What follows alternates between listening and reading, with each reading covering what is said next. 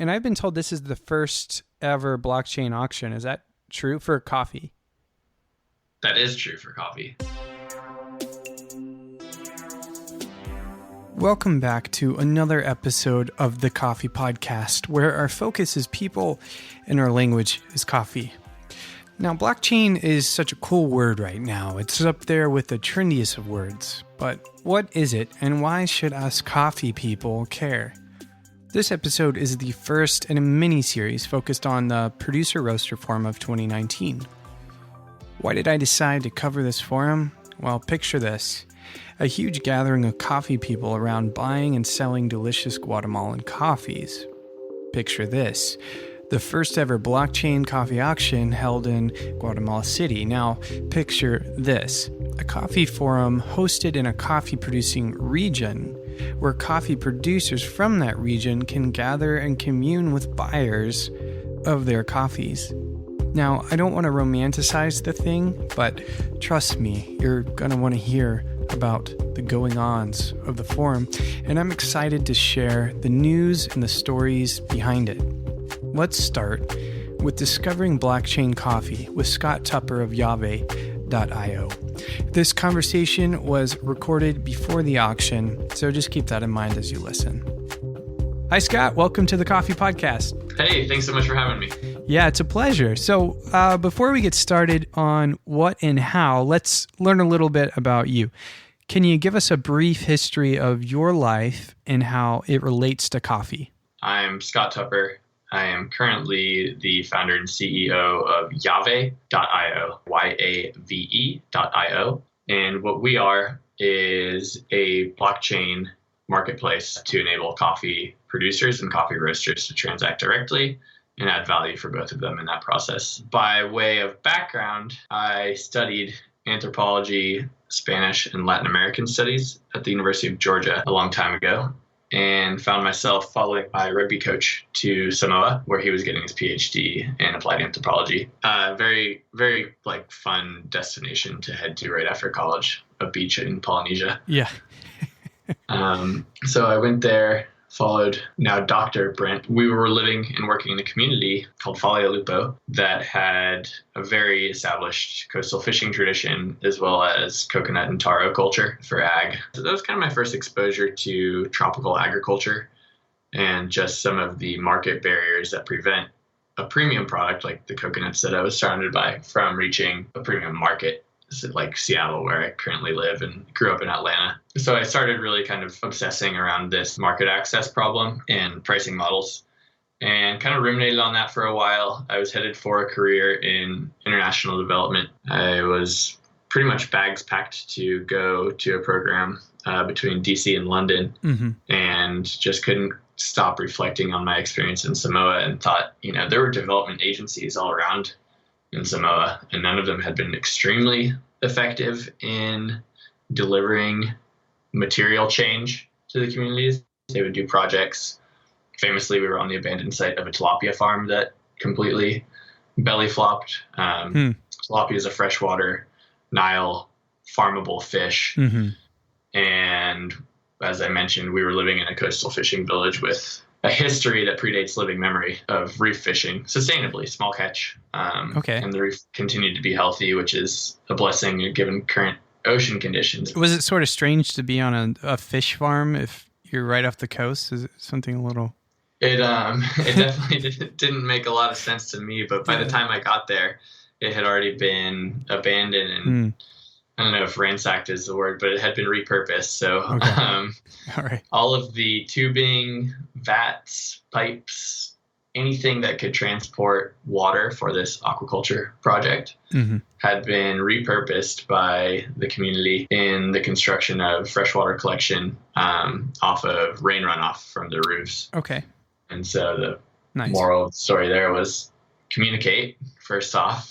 And secondly, there's probably a simple and often more effective, more affordable way to provide people what they need rather than prescribing them what you believe they need. So that's where I kind of started getting reprogrammed. And it took me a couple of years of wandering after the Samoa experience to figure out how to get involved with those kinds of things in a way that I felt would be productive. I ultimately didn't wind up pursuing international development, I pursued business by way of initially Onda Origins, which is a currently still operating specialty coffee roaster in Seattle that my brother and I started a few years ago. And after that, I got involved in some supply chain audits with USAID, ironically, and a lot of associations and co-ops throughout Central America, particularly in Guatemala. And from there, Yave was born, which was an answer to problems I was seeing not only intrinsic to Onda's supply chain. So what Onda does that's unique is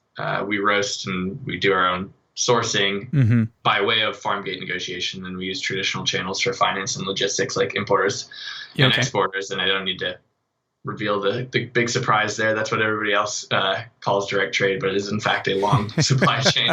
See last episode, yeah. Yeah.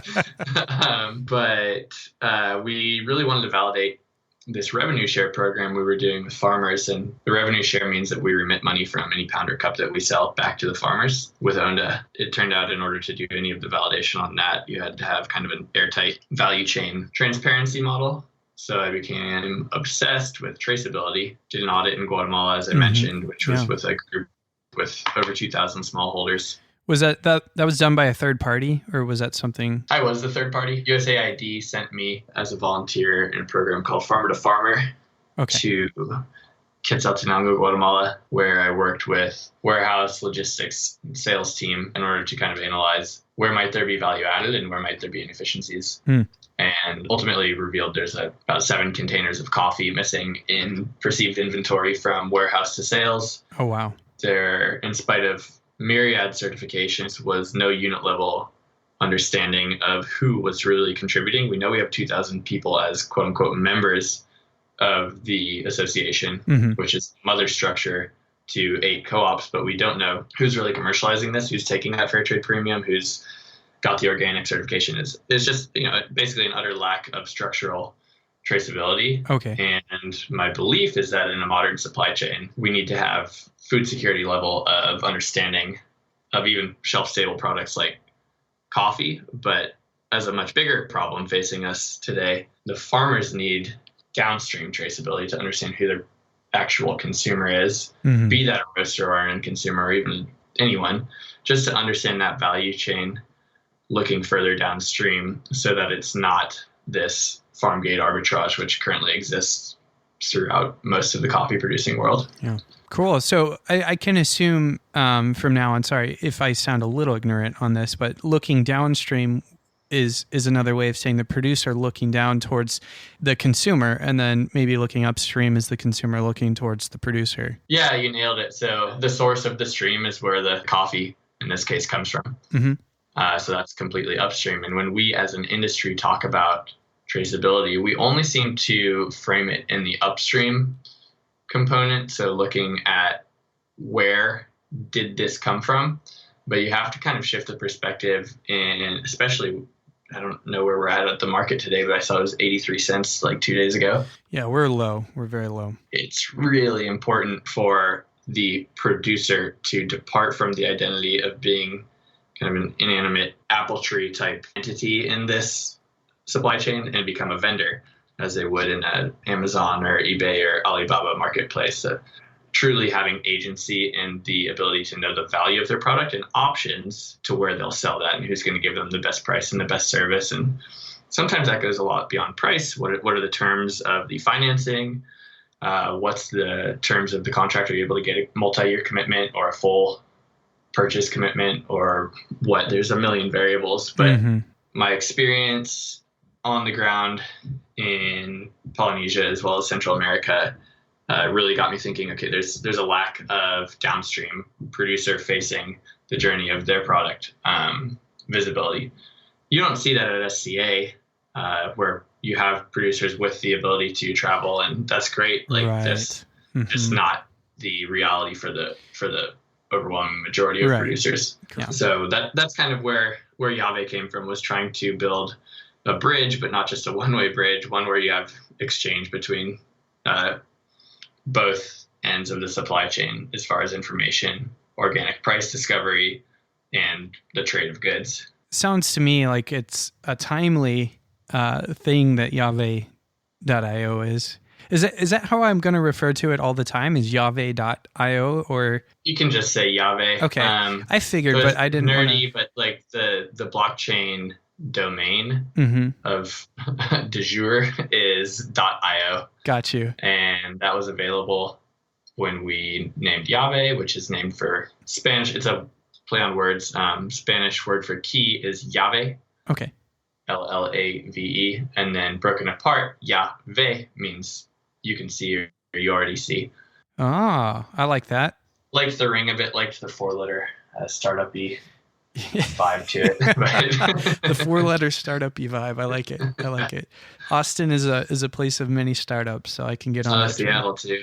So this is a great transition because my next question is, what is blockchain? And if you don't mind, I think there's a quote from The Office about like, can you explain this to me like I'm a 5th grader or something like that?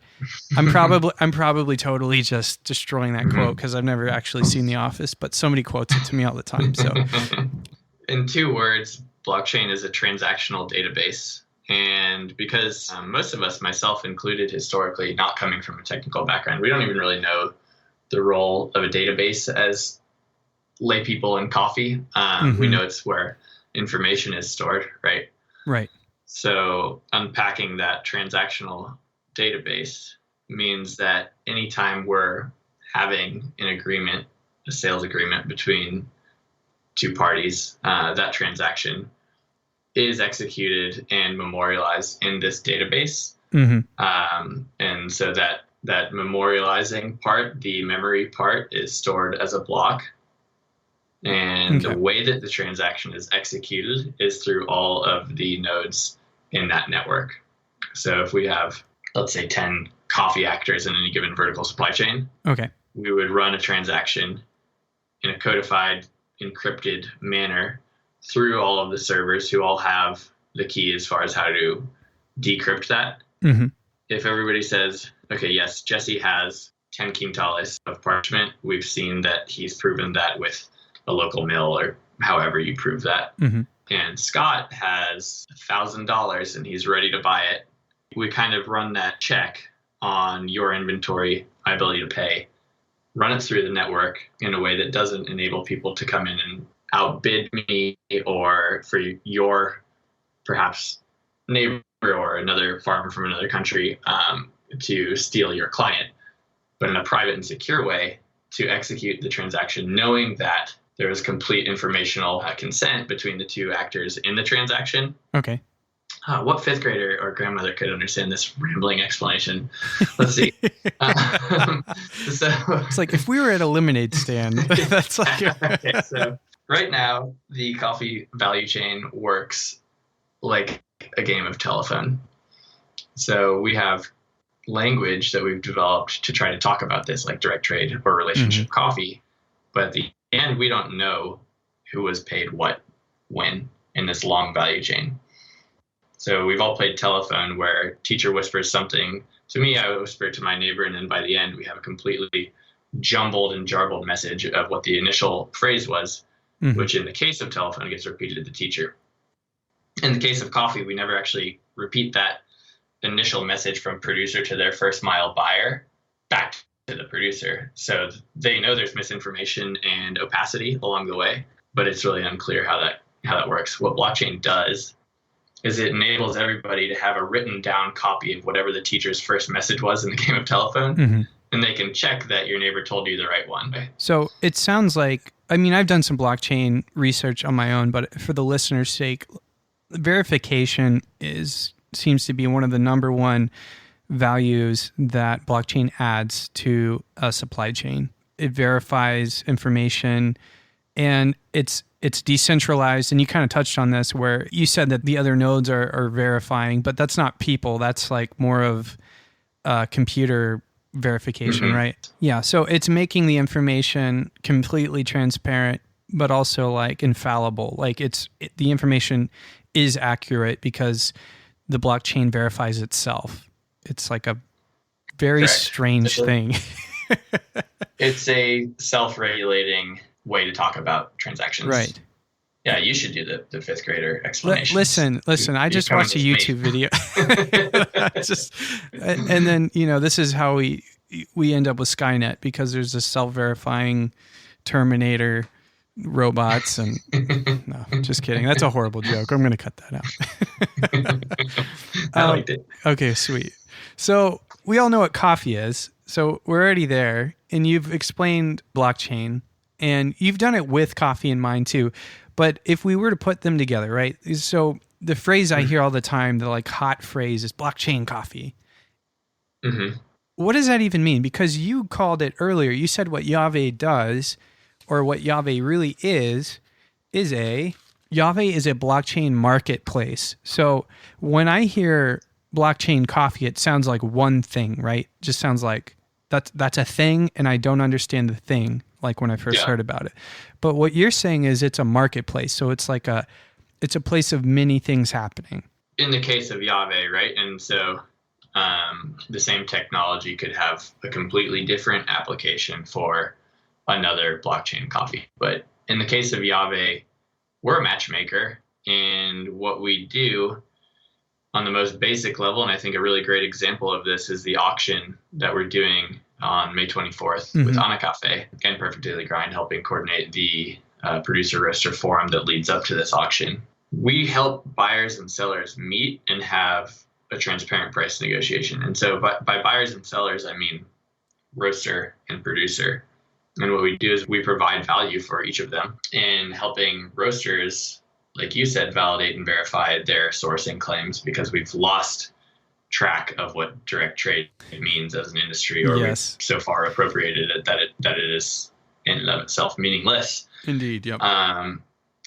And what we do for the producer, obviously, is we help them find a better price by disintermediating all of the sales, marketing, and other efforts that go into commercializing a coffee, and helping the producer have that sales arm right to the roaster, and then helping the roaster tell that story right to their customer, whether or not that's another business that they're selling to or an end consumer in a cafe setting. Gotcha. That was pretty clear. I feel like that was clear as day to me. But I think blockchain still is so new. I think to everybody, not just to coffee. It's so new to people in general, and so it's going to take a little bit of time to get close and cozy with it, I think. Yeah. Well, Jesse, that's one of the things that for me is most exciting about this is we're taking something, and you said this a minute ago, we all know what coffee is. We're taking something that's so quotidian as a cup of coffee, something we depend on a daily basis, and we're adding this immensely complex technical experience to it. And then we're going to find out what that means to people. Or do they like that? Is it impactful for them, et cetera? And in our experience thus far, it's been very embraced. But what it ultimately seems to boil down to is trust. People want to buy in ways that uphold their ideals. And I don't just mean end customers. I mean, truly within the coffee supply chain, there are good actors and there are bad actors. Most of us desire to do good, I believe. I'm an optimist in that way, but there's just such an entrenched and complicated, powerful status quo of doing this in a way that harkens back to a colonial era of sourcing, that a new business model that really works for producers and is good for everyone in the industry has yet to be discovered, in my opinion. But I think there's a lot of hope in the way that people want to source, and what blockchain, what Yave ultimately does in a fully integrated supply chain is it creates that trust, and it creates loyalty in any given vertical from end customer to farmer. It creates efficiency where we're able to understand what are the sourcing needs of, maybe a medium or larger roaster who would need to apply this in a way that helps them negotiate financing with a bank, or helps them kind of be a little more predictive with the harvest and how things are landing. It's really just giving the appropriate data mastery to the coffee industry, which has never been offered before, whether intentionally or not. Right. The coffee industry has lacked, I used to just think one major thing, and it was science. Like there was a lot of lack in the scientific area and research. And that was because, most of the research done was done privately and held privately. And then, but what I'm coming to find too is that the data, the information is greatly lacking. And so it is cool to see something like blockchain companies like Yave coming through and providing, like you said, a two-way bridge for creating transparency and verifiable transparency. So it's a very cool thing. Now, I'm curious about your website. So Yave.io, on your website, you have a breakdown of how blockchain's being used by Yave in the value chain with instances like, and I'm quoting from the website, grow and pick is a section, and then process and mill is a section, and so on and so forth. Can you talk us through this step by step? I think there are 4 kind of major ones, and just kind of give us an idea of what Yave looks like at each point. Sure. And so the current reality is there are 3 major categories of how information and trade goes in coffee, the way that we're developing. So what we call it is developing with modularity, basically having 3 different parts of a train that all link together and each have different roles. So at the origin side of the supply chain, we have the first module, which is grow and pick. And basically what that does is it enables a farmer to log the data of what their harvest is and connect anything they're able to gather and verify, such as a cupping score, a yield, varietal, whatever, as a sales offering for the next module, which is module 2, process and mill. So that's basically cherry and green. And then that flows forward into the trading desk module, which is where you have the ability to export all of these assets that have been created by the actual actors responsible for them and commercialize that across international borders, which then flows forward with that richness of information into the third or the final module, which is roast and retail. And so with that, you can either have a point of sale integration at your cafe, which is something anyone who participates in the auction will have free license to use with respect to the coffees that they're buying from Guatemala. Yeah. Or you can have it more in the wild, let's say, so a smart asset tag on your bag that goes to a grocery store or to an office or wherever that coffee winds up, but entailing all of that information that's gathered along the way, which is, because this is a transactional database, all that information is verified at any point of sale. My question is on the information that you can put on the bag. It sounds like, is this information you can just put on the bag and like you would brand yourself as a roaster or as a designer, or is this like an actual like certified image or sticker? I'm trying to wrap my brain around how that works. Yeah, so currently it's just a QR code that says Yave in the middle. And Got then you. what we do is we spin up let's say, the coffeepodcast.yave.io page, which enables you to talk about your sourcing. So if you're buying, a Guatemala, then you're going to be able to say, okay, that came from Yvonne Herrera, and that farm gate price was X.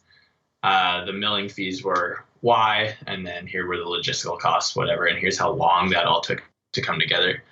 Which I think even the timing of how trade works in coffee is a really big educational space where people are just kind of flummoxed to learn that it takes so long after a harvest is complete for that coffee to wind up being roasted and ready for a consumer to have. Mm-hmm.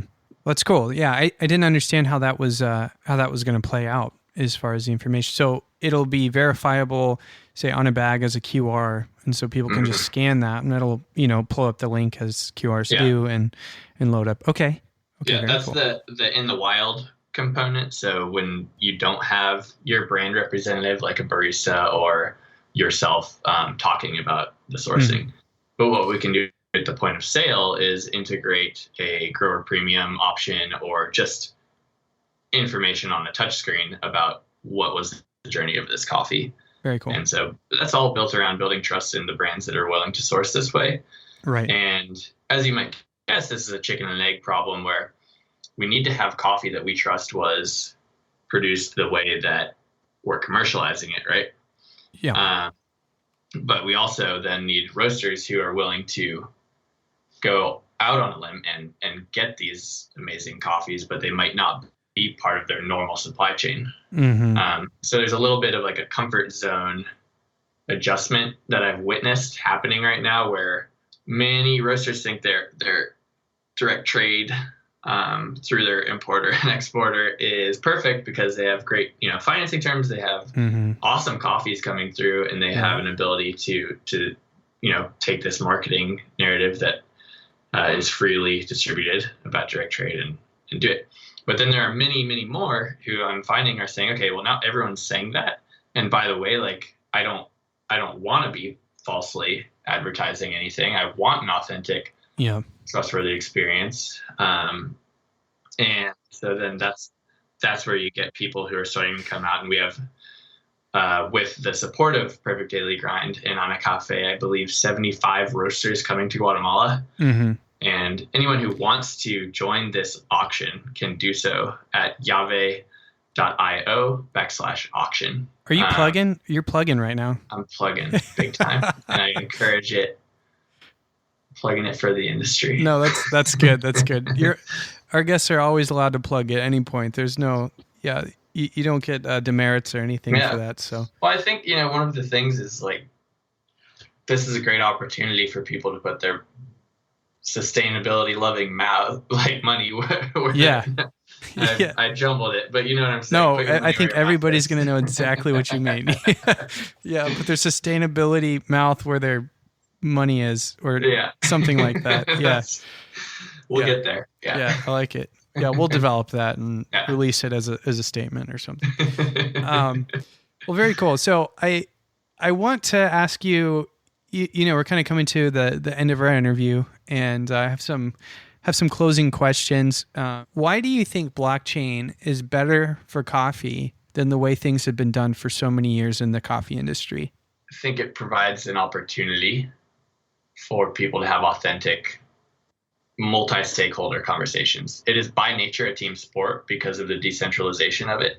So any transaction running in a blockchain coffee vertical requires the consent of all the parties. And I think that that's a huge step forward as far as information, as far as authenticity, which I already said, and as far as the ability for this industry to modernize. This is such an old, antiquated industry. And that's where most of my frustration comes from, is regardless of how hard we may try with sustainability initiatives and, palliative treatments towards what is coffee pricing and how does this market work, I don't think we've taken a very curative approach towards it, which is engage all the stakeholders, especially the farmers, as many as possible in this conversation. And let's talk about what their vision of sustainability is. Mm-hmm. And more importantly, let's do something about it, right? Exactly. Mm-hmm.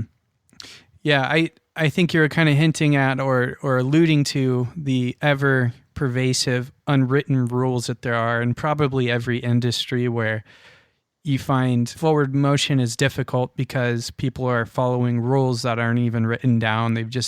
Things have been done a certain way for so long that people, It's also the convenience factor. It's inconvenient to move out of this lane and into this one. And that's a real thing, and that's okay too. Mm-hmm. It's that resistance is natural.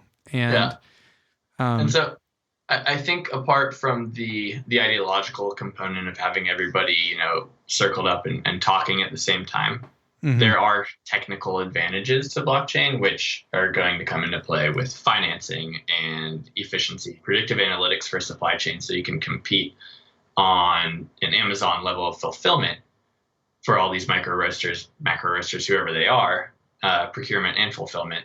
Whereas right now we're dependent on phone calls, paper trails, just kind of old systems. So my hope, and I think that the challenge with coffee is that we have such an oligopoly in the middle with trading and with the way even in countries of origin and consumption are consolidated at the export level, import level, and high value roasting level. We're going to have an opportunity to kind of start building this aggressive, smart, reactive middle space in coffee where we can have true arms locking and betterment collectively. How do you think blockchain addresses the current issues with the coffee crisis, the coffee price crisis that we're facing today? Well, for one thing, we have roasters asking how they can implement it and what do they need to pay for the coffee. So that's, Exhibit A, people are willing to pay for this in a sourcing respect. I think on the macro level, it does a lot to bring awareness to alternative business models and to modern techniques. What I don't think we have yet, just from a technical maturity standpoint, nor an industry maturity standpoint, as far as change goes, is the ability to completely uproot this status quo. That's going to be a process, and that's going to depend on a lot of hard work and a lot of real business level buy-in from roasters, from farmers who are willing to, try these new things, and from exporters and importers who are going to have to just kind of adapt the way that they talk about transparency. It is a hard race, but as I said earlier, there are a lot of good people in coffee, and we've had terrific support from partners so far. So we're very hopeful that this scales into something truly transformational. And I've loved working with Ana Cafe, for example. I never thought I'd have like a institutional level partnership like that. Ana Cafe is the National Coffee Association for Guatemala. Right. I never associated these kinds of entities with innovation, and that assumption's been completely turned upside down on me, and they've been fantastic. Just to have that kind of support, I think, speaks to two things. One, how bad the market is right now and the need for differentiation. Yeah. When we talk about a commodity and we're trading on a commodity market, the definition is that it's interchangeable one for one, right? And so what we're doing is an exercise in differentiation and in value added through identity. And just to see partners like that come and say, yeah, we'll do it. How do we do this? Like, how do we get it done? That's been really encouraging. And so that's where the other side of it is, that innovation mentality. And we have young leadership in a lot of these groups. Shout out Lulu, shout out Ale at Ana Cafe. Nice. Who are helping shift these paradigms on the ground level. And we need that in the roast level as well. Before we close out, are there any resources you'd like to recommend to our listeners? Books you've read, things that have influenced you, any resources that you think people should keep up to date on, those kinds of? Oh, yeah. I would say just kind of on more of the grand theory basis, like how do these sorts of movements work to actually provide value for people at the current bottom of the financial pyramid? It would be Banker to the Poor. It's a book that my brother and I really connected over before getting involved with coffee. And the theory is, provided resources and levels of financial and food security, people make great decisions for their family, land, environment, community. And so I think that's one I would strongly endorse. Within coffee, the Coffee Podcast, of course, is wow. Jeez. The one-stop shop for the hot drops on coffee. I've loved working with Perfect Daily Grind and the coordination of this event. Their reach and energy level is massive. A good friend of mine, Rachel Northrop, wrote a book a long time ago called When Coffee Speaks, which chronicles her journey through mostly Central America. And she's just interviewing coffee actors. And so that's a good one. And she's continued to have a prolific freelance career with Tea and Coffee, Fresh Cup. She's written for everyone. But I think there's a ton of information out there. We have a very curious industry. Our challenge is now to take all of that curiosity and the information we're quickly getting up to speed with and share that with the world so that they buy in a certain way that reinforces a stronger and healthier industry. Well, good. Well, thank you, Scott. Thanks for joining us. We look forward to covering more of the blockchain action in Guatemala in May. We'll probably be connecting again over blockchain, I'm sure, in episodes to come. So Thanks for joining us. All right. Thanks a lot. So blockchain coffee is a thing, and we should think about it. There will be people who will quickly embrace this new technology in coffee, and there will be people who are highly skeptical. I want to encourage you to do your homework, look into it, and let us know what you think. Now, we've been doing interactive Instagram posts, and I want to go ahead and address the questions and the answers to the questions that we received. I have 2 questions from the Instagram interactive feed from Rustin Slacker. The first question he asks is, are the farmers running compute nodes to ensure the integrity of the chain? The answer is provided by Kai Cheng, who's the co-founder of Yave, saying, quote, no, our nodes are based on roles in the coffee supply chain: producer, exporter, importer, and roaster. The nodes are hosted on the IBM cloud. Now, the second question was, how do smart contracts track physical items? And Kai Cheng chimes in again here and answers the question with, quote, there's 2 things happening here. First, we track the coffee by generating a digital ID. This ID follows the coffee lot throughout its journey until it reaches the roaster.